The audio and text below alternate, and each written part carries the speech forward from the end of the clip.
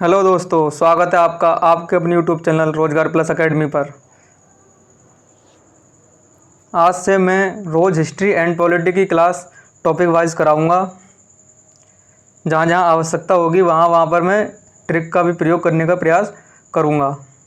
और आज की जो क्लास है वो सिंधु घाटी सभ्यता और वैदिक सभ्यता से संबंधित क्लास होने वाली है, जिसमें मैंने सिंधु घाटी सभ्यता और वैदिक सभ्यता के सभी जो भी इम्पोर्टेंट क्वेश्चन है वो इसमें मैंने रखने का प्रयास किया है। सिंधु घाटी सभ्यता गैर आर्य थी क्योंकि वह नगरीय सभ्यता थी, या उसकी अपनी लिपि थी, या उसका विस्तार नर्मदा तक था, या इसमें से कोई नहीं। तो जो सिंधु घाटी सभ्यता थी वो आर्य से अलग किस प्रकार थी? जो आर्य सभ्यता थी वो ग्रामीण सभ्यता थी, और जो सिंधु घाटी सभ्यता थी वो एक नगरीय सभ्यता थी। तो इसका आंसर क्या होगा? वो ऑप्शन ए होगा। इसका सही आंसर क्या होगा? Option A. चलते हैं नेक्स्ट क्वेश्चन पर। हड़प्पा संस्कृति की जानकारी का प्रमुख स्रोत क्या है? ऑप्शन ए शिलालेख, ऑप्शन बी पक्की मिट्टी की मोहरों पर अंकित लेख, ऑप्शन सी पुरातात्विक खुदाई, या ऑप्शन डी उपरोक्त में से सभी।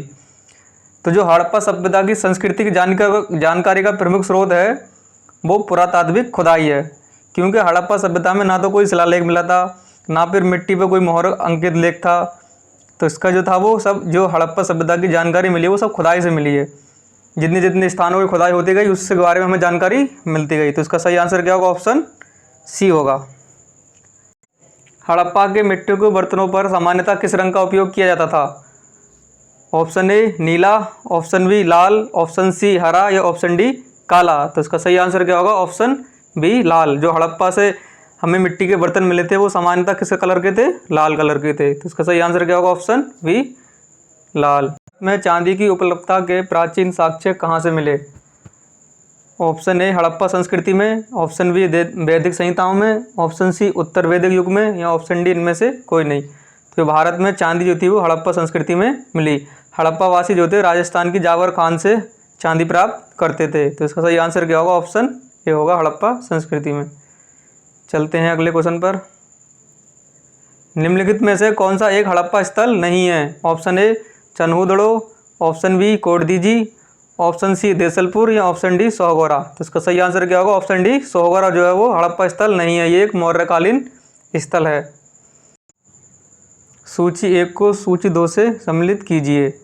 देखिए इधर जो है वो सिंधु घाटी सभ्यता संबंधित स्थल दे रखे हैं, और उधर वो नदियाँ दे रखी हैं जिनके किनारे वो स्थल बसे थे। तो हमें इनको मिलान करना है। तो जो हड़प्पा जो था वो कौन सी नदी के किनारे था? रावी। कैसे याद रखेंगे इसे हम? हरा से याद रखेंगे। हा से क्या हो जाएगा? हड़प्पा, और रा से रावी। लोथल जो था वो भोगवा नदी के किनारे था, हम इसे डायरेक्ट याद कर लेंगे। कालीबंगा जो था वो घग्गर नदी के किनारे, और रोपण जो था वो सतलज नदी के किनारे स्थित था। तो इसका सही आंसर क्या हो जाएगा? पहले का दूसरा, दूसरे का पहले का तीसरा, यानी कि ए का जो हो जाएगा वो तीसरा हो जाएगा, और वी का हो जाएगा वो दूसरा, सी का पहला, और डी का चौथा। तो इसका सही आंसर क्या होगा? ऑप्शन ए हो जाएगा सही आंसर। चलते हैं नेक्स्ट क्वेश्चन पर। सिंधु घाटी सभ्यता में महान स्नानागार कहाँ से प्राप्त हुआ? Option A Mohenjodaro, option B Harappa, option C Lothal, या ऑप्शन डी कालीबंगा। तो इसका सही आंसर क्या होगा? Option A Mohenjodaro. सिंधु घाटी सभ्यता के बारे में निम्न में से कौन सा कथन सही नहीं है? ऑप्शन ए नगरों में नालियों की सुदृढ़ व्यवस्था थी।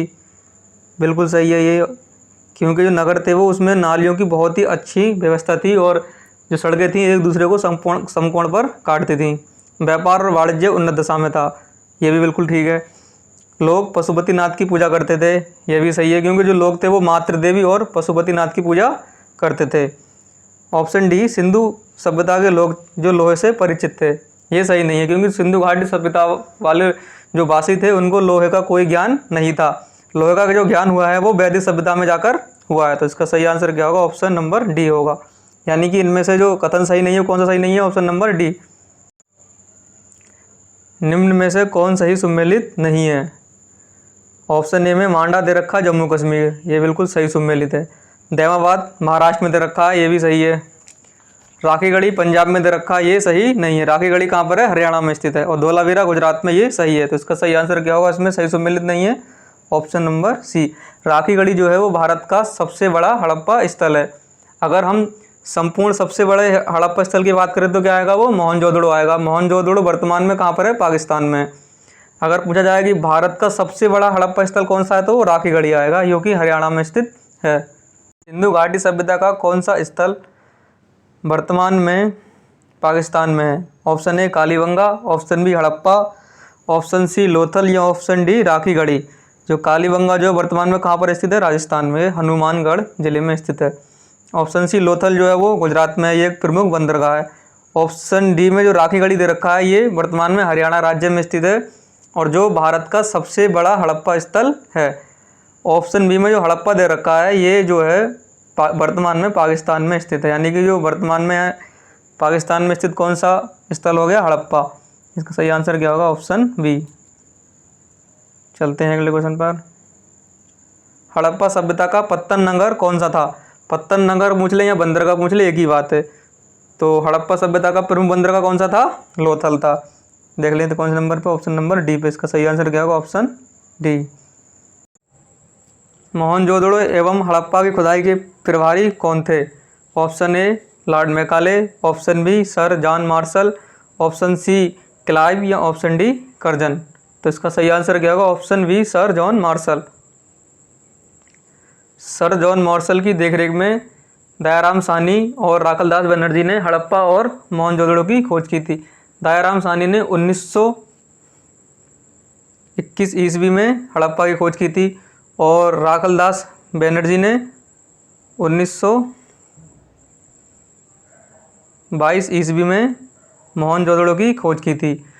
किसी भी जो सभ्यता होती है उसमें जो भी स्थान पहले खोजा जाता है उस सभ्यता का नाम उसी के नाम पर पड़ जाता है। तो 1921 में सबसे पहले दयाराम साहनी ने हड़प्पा स्थल की खोज की थी, इसीलिए सभ्यता को हम हड़प्पा सभ्यता भी कहते हैं।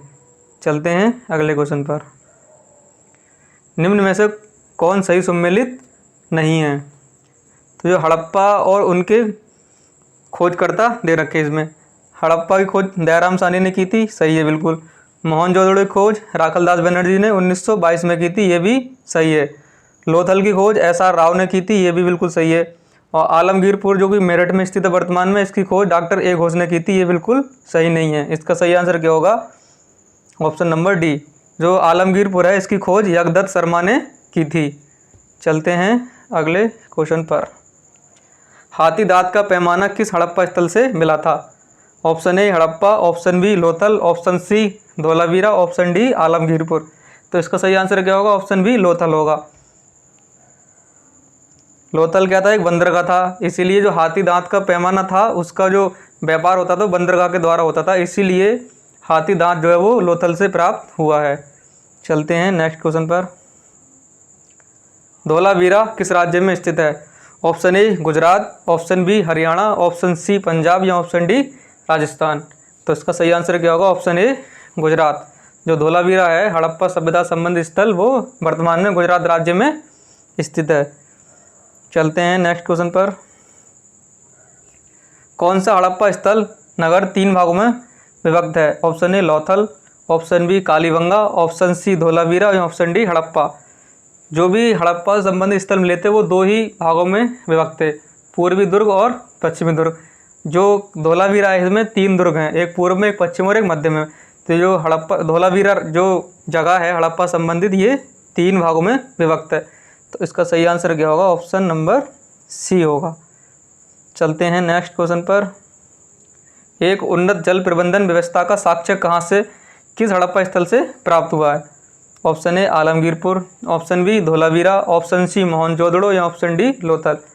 तो जो एक उन्नत जल व्यवस्था का जो प्रबंधन मिला है वो हमें धोलावीरा से मिला है। तो इसका सही आंसर क्या होगा, ऑप्शन नंबर बी। धोलावीरा कहाँ स्थित है, वर्तमान में गुजरात में। चलते हैं अगले क्वेश्चन पर। कपास खेती का प्रारंभ सर्वप्रथम किया गया? ऑप्शन ए मिस्र में, ऑप्शन बी मेसोपोटामिया में, ऑप्शन सी हड़प्पा सभ्यता में या ऑप्शन डी चीन की सभ्यता में। तो जो कपास खेती का प्रारंभ था सर्वप्रथम भारत में ही हुआ था और भारत में हड़प्पा सभ्यता के लोगों ने कपास से सूती वस्त्र बनाने का काम शुरू किया था। तो इसका सही आंसर क्या होगा, ऑप्शन नंबर सी होगा, हड़प्पा सभ्यता में ही कपास खेती का प्रारंभ किया गया था। चलते हैं नेक्स्ट क्वेश्चन पर। सिंधु घाटी सभ्यता के बारे में निम्नलिखित कथनों पर विचार कीजिए। इसका जो एक कथन दे रखा है, उनके विशाल महल और मंदिर होते थे। देखो, सिंधु घाटी सभ्यता में कहीं भी ये नहीं बताया गया है कि वहाँ पर मंदिर और बड़े बड़े महल मिले हैं, तो ये तो बिल्कुल सही नहीं है।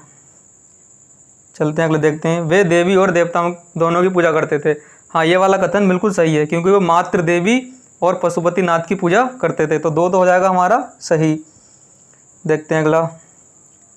वे युद्ध में घोड़ा द्वारा खींचे गए रथों का प्रयोग करते थे। देखिए, घोड़े के साक्ष्य जरूर मिले हमें सूतकांग डोर से, लेकिन ऐसा कहीं भी नहीं बताया गया है कि वे युद्ध में घोड़ों से रथ को खींचा करते थे, तो ये हमारा बिल्कुल सही नहीं होगा। यानी कि पहला भी सही, दूसरा सही हुआ है।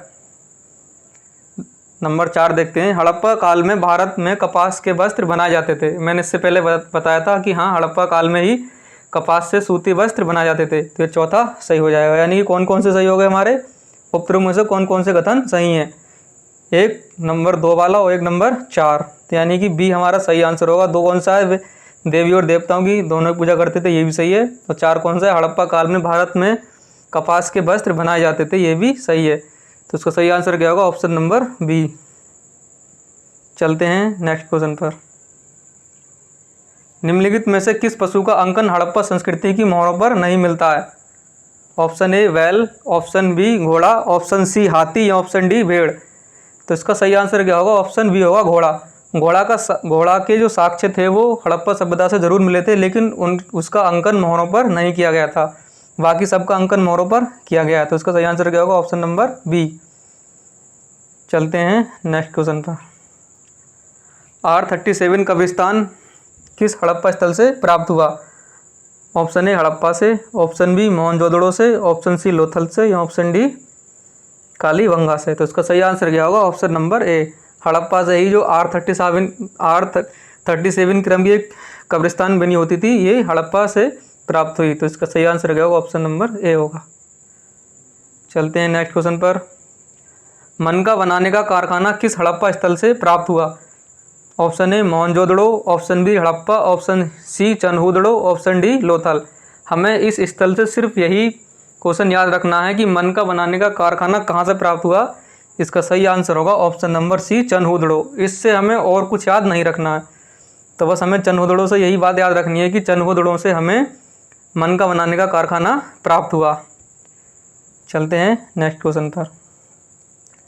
नील नदी के किनारे कौन सी सभ्यता का विकास हुआ? ऑप्शन ए हड़प्पा सभ्यता, ऑप्शन बी मिस्र की सभ्यता, ऑप्शन सी रोमन सभ्यता या ऑप्शन डी यूनानी सभ्यता। जो नील नदी के किनारे थी वो कौन सभ्यता का विकास हुआ है? मिस्र की सभ्यता। इसका सही आंसर क्या होगा? Option number B. चलते हैं नेक्स्ट क्वेश्चन पर। निम्नलिखित में से कौन सही सम्मिलित नहीं है? हमें देखना है, ये इधर हड़प्पा स्थल दे रखे हैं और एक साइड दे रखे हैं, उससे प्राप्त क्या क्या वस्तु हुई थी। तो हड़प्पा से R37 कब्रिस्तान, ये बिल्कुल सही है। लोथल से चावल प्राप्त हुए थे, ये भी सही है। कालीबंगा से नर्तकी की मूर्ति, ये बिल्कुल सही नहीं है। जो नर्तकी की मूर्ति थी वो कहाँ से प्राप्त हुई थी? वो मोहनजोदड़ो से प्राप्त हुई थी। कालीबंगा से क्या हुआ था? वो काली चूड़ियाँ और जुते हुए खेत के साक्ष्य प्राप्त हुए थे। मोहनजोदड़ो से विशाल स्नानागार प्राप्त हुआ, ये सही है। तो इसका सही आंसर क्या होगा? सम्मिलित कौन सा नहीं है? Option number C. जो नर्तकी की मूर्ति थी वो कहाँ से प्राप्त हुई? मोहनजोदड़ो से प्राप्त हुई थी। चलते हैं नेक्स्ट क्वेश्चन पर। आर्य शब्द का क्या अर्थ है? यायावरी जन, वी भाषा समूह, या सी श्रेष्ठ वंश, या डी इनमें से कोई नहीं। तो ये आर्य शब्द का सही अर्थ क्या है? श्रेष्ठ वंश। चलते हैं नेक्स्ट क्वेश्चन पर। वेद त्रयी से वेदों के समूह को कहा जाता है। यानी कि जो वेद त्रयी है वो कौन कौन से वेदों के समूह को कहा जाता है? तो जो वेद त्रयी में वो वेद थे, जो 3 प्रारंभिक वेद थे, वही वेद त्रयी में आते हैं। जो अथर्ववेद था वो बाद में जोड़ा गया था। तो जिस ऑप्शन में अथर्ववेद है उसको हम एलिमिनेट कर देते हैं। ऑप्शन नंबर बी में अथर्ववेद है, ये नहीं होगा, इसमें भी ये भी नहीं होगा, इसमें, क्योंकि जो अथर्ववेद था वो सबसे बाद में जोड़ा गया है। जो पहले के वेद है ऋग्वेद, सामवेद और यजुर्वेद, उन्हें हम वेद त्रयी कहा जाता है। तो इसका सही आंसर क्या होगा? ऑप्शन नंबर ए होगा। ऋग्वेद, यजुर्वेद और सामवेद। बाकी तीनों में अथर्ववेद हैं तो ये वेद त्रयी के अंतर्गत नहीं आएगा। चलते हैं नेक्स्ट क्वेश्चन पर। गोपद ब्राह्मण किस वेद से संबंधित है? तो जो गोपद ब्राह्मण जो है वो सबसे बाद में जो वेद जोड़ा गया उसी संबंधित है। अब सबसे बाद में कौन सा वेद जोड़ा गया? वो अथर्ववेद जोड़ा गया। तो इसका सही आंसर क्या होगा? ऑप्शन नंबर डी होगा। जो गोपद ब्राह्मण है वो अथर्ववेद से संबंधित है। ऋग्वेद का कौन सा मंडल पूर्णतः देवता सोम को समर्पित है? ऑप्शन ए पहला, ऑप्शन बी 8वां, ऑप्शन सी 9वां या ऑप्शन डी 10वां। तो जो ऋग्वेद का 9वां मंडल है वो पूर्ण रूप से देवता सोम को समर्पित है। तो इसका सही आंसर क्या होगा? Option number C. अच्छे से इसे याद कर लेना।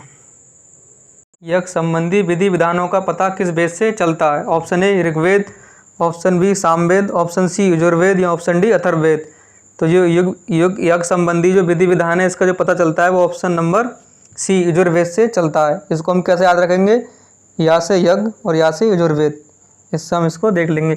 अगर हम जादू टोना और वशीकरण का बात करें तो उसमें जो मंत्र तंत्र की जो विद्या है वो किस वेद में दे रखी है? वो अथर्ववेद में दे रखी है।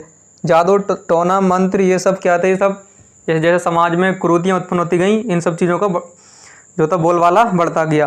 तो सब जब जो जादू टोना संबंधी जो भी वेद होगा वो सबसे बाद में जोड़ा गया होगा। तो सबसे बाद में कौन सा वेद जोड़ा गया? अथर्ववेद। तो अथर्ववेद में से हम देख लेंगे। अथर्ववेद में अगर उसमें प्रश्न पेपर में आएगा कि भाई जादू टोना संबंधित कौन सा वेद है तो वो अथर्ववेद हो जाएगा। सामवेद की हम बात करें तो उसमें क्या है? सामवेद को हम संगीत का जनक भी कहा जाता है।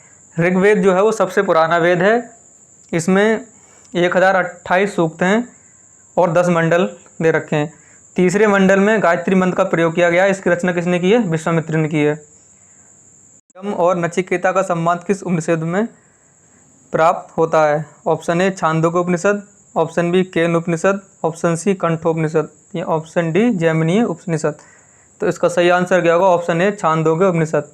ये आज की क्लास का सबसे महत्वपूर्ण क्वेश्चन है। इसको हम अच्छे से याद रख लें। जो यम और नचिकेता का संवाद जो दे रखा है वो छांदोग्य उपनिषद में दे रखा है। इसका सही आंसर क्या होगा? ऑप्शन नंबर ए। नेक्स्ट क्वेश्चन पर चलते हैं। उपनिषदों का मुख्य विषय क्या है? सामाजिक व्यवस्था, दर्शन, सी विधि या डी राज्य। तो इसका सही आंसर क्या होगा? Option number V. जो उपनिषद होते हैं इनका मुख्य विषय क्या है? दर्शन है। चलते हैं नेक्स्ट क्वेश्चन पर। वैदिक नदी अस्कनी की पहचान निम्नलिखित में से किस नदी के साथ की जाती है? ऑप्शन नंबर ए जो दे रखा है वो ब्यास, बी रावी, सी चिनाब और डी झेलम। तो जो अस्कनी नदी है इसमें वेदों को जो वेद में इसका नाम अस्कनी है और वर्तमान में इसका नाम अब और कुछ है। तो इसका अस्कनी का जो पहचान की गई है वो चेनाब नदी के रूप में की गई है। इसको हम कैसे याद रखेंगे? कोई नाव में बैठ के क्या हो रहा है? असक रहा है। क्या कर रहा है? अस्क भर रहा है। तो इसका सही आंसर तो चेनाब हो जाएगा। कैसे याद कर लेंगे? नाव में बैठकर अस्क भर रहा है, यानी कि अस्क से हो जाएगा अस्कनी और नाव से हो जाएगा चेनाब। तो सही आंसर क्या होगा उसका? Option number C. चलते हैं नेक्स्ट क्वेश्चन पर। प्राचीन भारत में निशाका से किसे जाना जाता है? ऑप्शन ए गाय, ऑप्शन बी तांबे के सिक्के, ऑप्शन सी चांदी के सिक्के या ऑप्शन डी स्वर्ण आभूषण। तो इसका सही आंसर क्या होगा? ऑप्शन नंबर डी होगा। स्वर्ण आभूषण को हम निशाका भी कहते थे प्राचीन भारत में। तो इसका सही आंसर क्या होगा? Option number D. किस अभिलेख से ये पता चलता है कि आर्य ईरान से भारत आए थे? Option A Mansehra, option B Shahbazgarhi, option C Junagadh या ऑप्शन डी बोगज खोई। तो इसका सही आंसर क्या होगा? बोगज खोई। Option number D. ये भी इम्पोर्टेंट क्वेश्चन है। देखिए आर्य के बारे में लोगों ने जो आर्य भारत में आए थे इनके बारे में अलग अलग मत दिए। बाल गंगाधर तिलक ने कहा था कि आर्य उत्तरी ध्रुव से आए। स्वामी दयानंद सरस्वती ने कहा था कि जो आर्य थे वो तिब्बतवासी थे, वो तिब्बत से भारत आए। लेकिन ये एक अभिलेख हमें प्राप्त हुआ था ईरान में, बोगज खोई अभिलेख। उससे हमें ये पता चलता है कि जो आर्य थे वो ईरान से भारत आए थे। चलते हैं नेक्स्ट क्वेश्चन पर। निम्नलिखित में से किसने आर्यों का आदि देश के बारे में लिखा है? Option A Swami Vivekananda, option B Annie Besant, option C Bal Gangadhar तिलक या ऑप्शन डी इनमें से कोई नहीं। तो इसका सही आंसर क्या होगा? Option number C. Bal Gangadhar तिलक ने बताया था कि जो आर्य थे वो उत्तरी ध्रुव से भारत आए थे। गोत्र शब्द का प्रयोग सर्वप्रथम कहाँ हुआ है? Option A Atharvaveda, option B Rigveda, option C Samaveda, option D Yajurveda. तो जो सब इसका सही आंसर होगा वो होगा ऑप्शन नंबर बी ऋग्वेद। वैदिक सभ्यता में अगर सर्वप्रथम किसी भी प्रश्न का आंसर पूछना कि सर्वप्रथम ये कहाँ प्राप्त हुआ, सर्वप्रथम ये कहाँ प्राप्त हुआ, तो इसका 90% जो आंसर होगा वो ऋग्वेद ही होगा। चलते हैं नेक्स्ट क्वेश्चन पर। ऋग्वेद में उल्लेखित प्रसिद्ध 10 राजाओं का युद्ध किस नदी के किनारे लड़ा गया था? Option A Ganga, option B Vitasta, option C Parushni, option D Asikni. तो इसका सही आंसर क्या होगा? Option number C Parushni. Parushni को वर्तमान में हम किस नाम से जानते हैं? रावी नदी के नाम से जाना जाता है। इसको हम कैसे याद कर लेंगे भाई? रवा परसदे, तो रवा से क्या हो जाएगा? रावी, और परसने से क्या हो जाएगा? परुष्णी। अस्कनी मैंने याद कराया था, नाम में बैठ कर सक रहा है, तो असकने से क्या हो गया? अस्कनी, और नाप से क्या होगा? चिन्नाप। और जो वितस्ता है उसे क्या कहते हैं हम? झेलम नदी वर्तमान में कहते हैं। और वेदों में से क्या कहता है झेलम नदी को? वितस्ता। तो इसे हम याद कर ले। चलते हैं नेक्स्ट क्वेश्चन पर।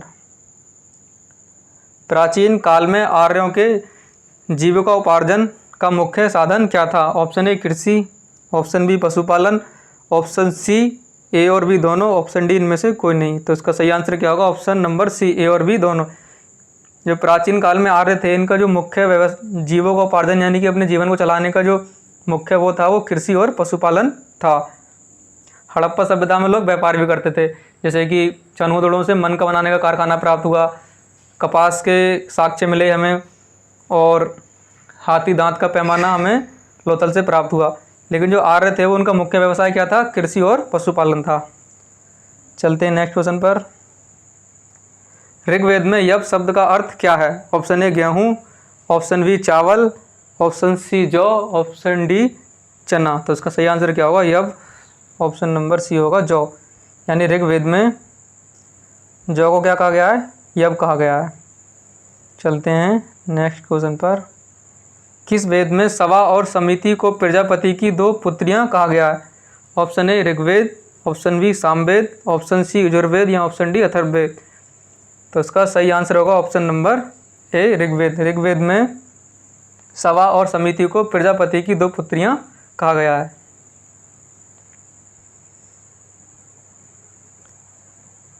निम्नलिखित में से किसे ऋग्वेद में युद्ध का देवता माना जाता है?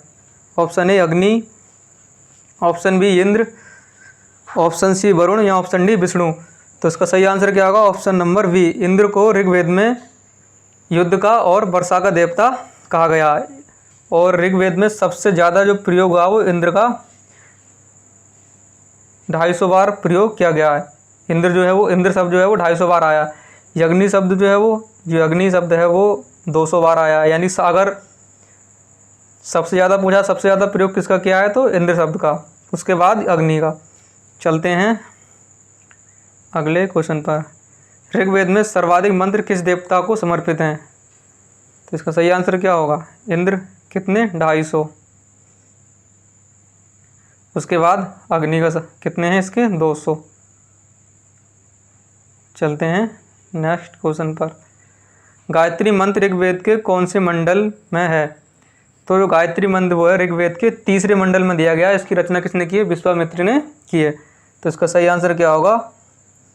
ऑप्शन तीसरा कितने नंबर दे रखा है? ऑप्शन नंबर सी पे दे रखा है तीसरा। सही आंसर क्या होगा? Option number C. चलते हैं नेक्स्ट क्वेश्चन पर।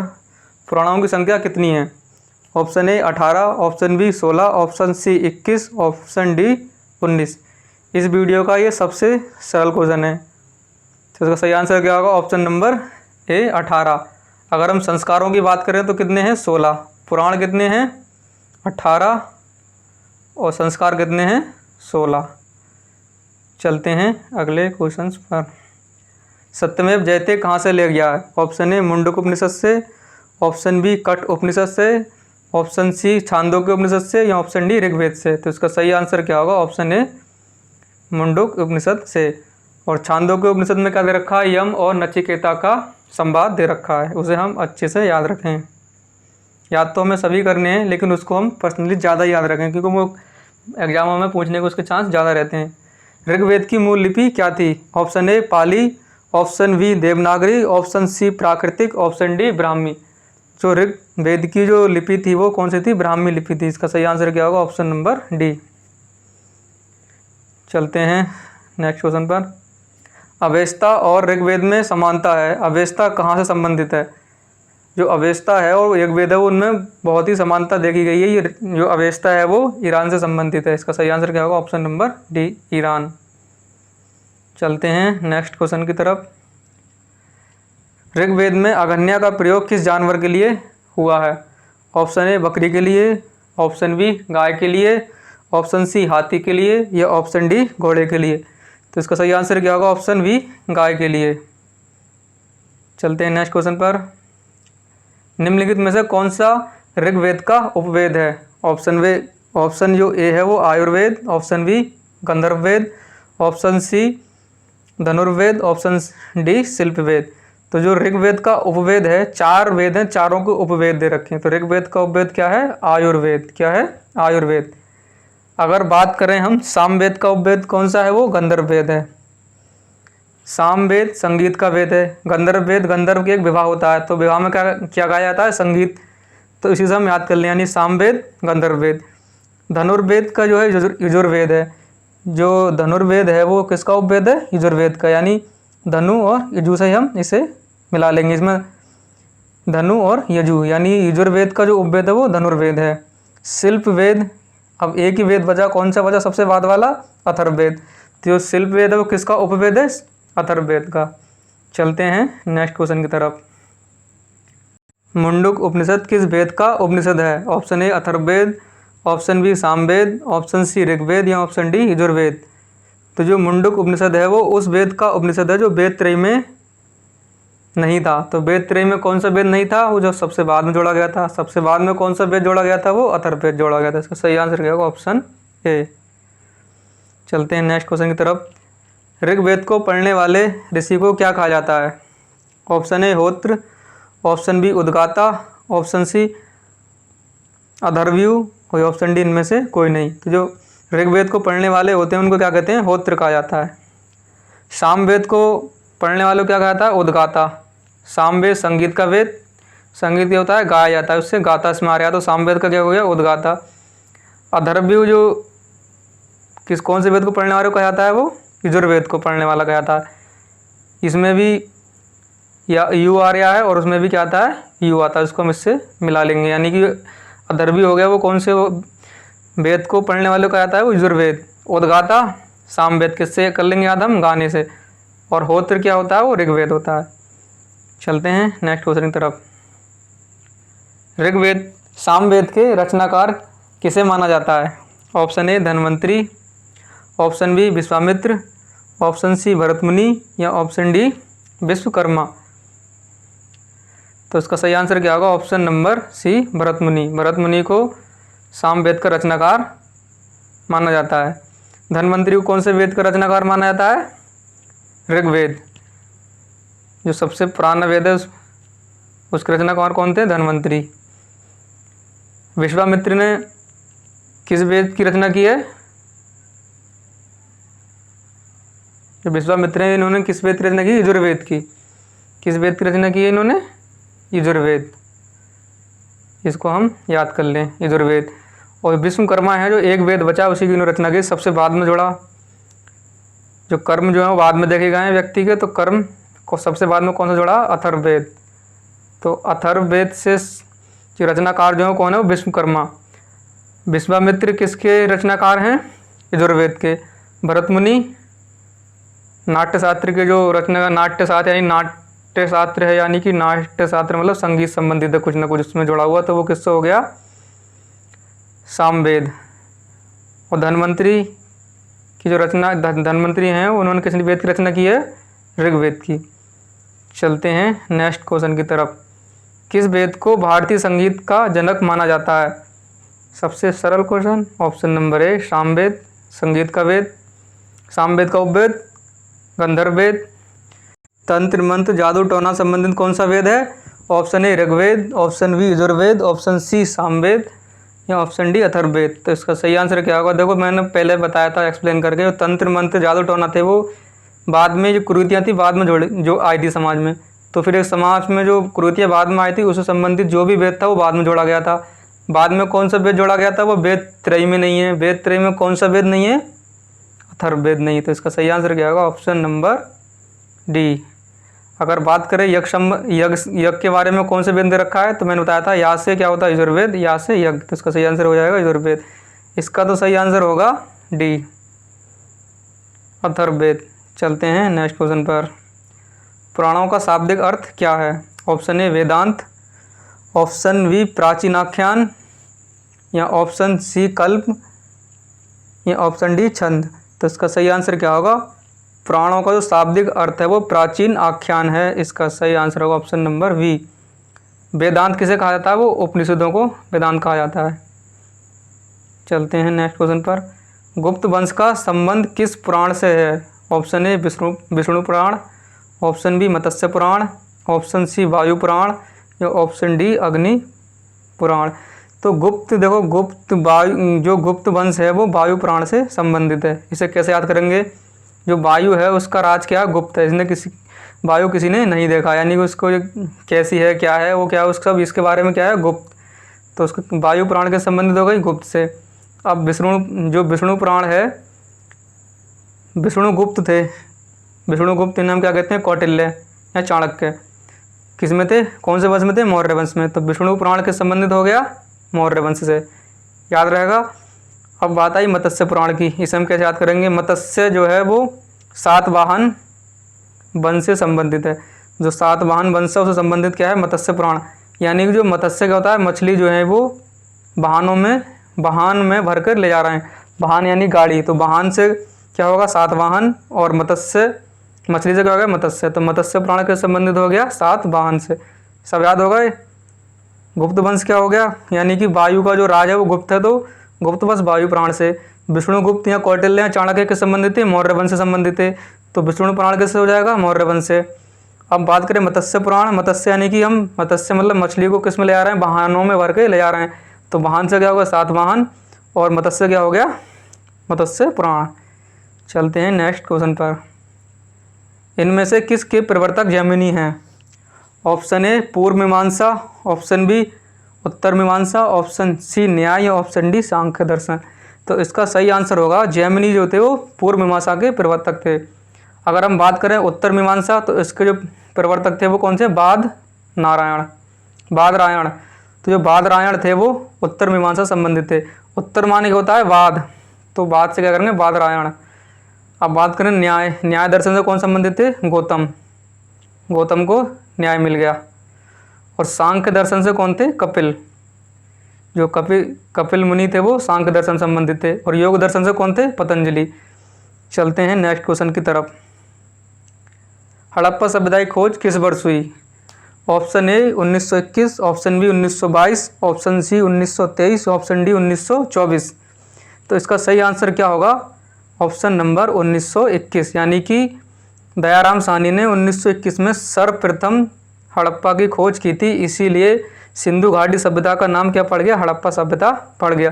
क्योंकि जिस स्थल की खोज सबसे प्रथम होती है उस सभ्यता का नाम उसी स्थल के नाम पर पड़ जाता है। 1922 में राखलदास बनर्जी ने मोहनजोदड़ो की खोज की थी। मोहनजोदड़ो का शाब्दिक अर्थ क्या होता है? मृतकों का टीला। यहाँ पर हमारी वीडियो क्या होती है? कंप्लीट होती है। अगर वीडियो आपको अच्छी लगी हो तो वीडियो को लाइक करें और हमारे चैनल को सब्सक्राइब ज़रूर कर लें, और इस वीडियो को ज़्यादा से ज़्यादा शेयर करें। और मैं ऐसी वीडियो अब रोज़ एक टॉपिक वाइज वीडियो डालूंगा। आज मैंने सिंधु घाटी सभ्यता और वैदिक सभ्यता कंप्लीट करा दी है। इसके बाद कल मैं पॉलिटी की वीडियो डालूंगा। सब वीडियो में टॉपिक वाइज कराऊंगा। पूरा सिलेबस 2 महीने के अंदर मैं करा दूंगा। इसमें पॉलिटी, ज्योग्राफी, साइंस और हिस्ट्री और पर्यावरण सब कंप्लीट क्वेश्चन करा दूंगा। और सब में मैं जहाँ जहाँ आवश्यकता होगी वहाँ पर ट्रिक बताऊंगा। तो अगर वीडियो से आपको थोड़ा भी लाभ मिला हो तो इस वीडियो को ज़्यादा से ज़्यादा शेयर करें और चैनल को सब्सक्राइब करें। धन्यवाद।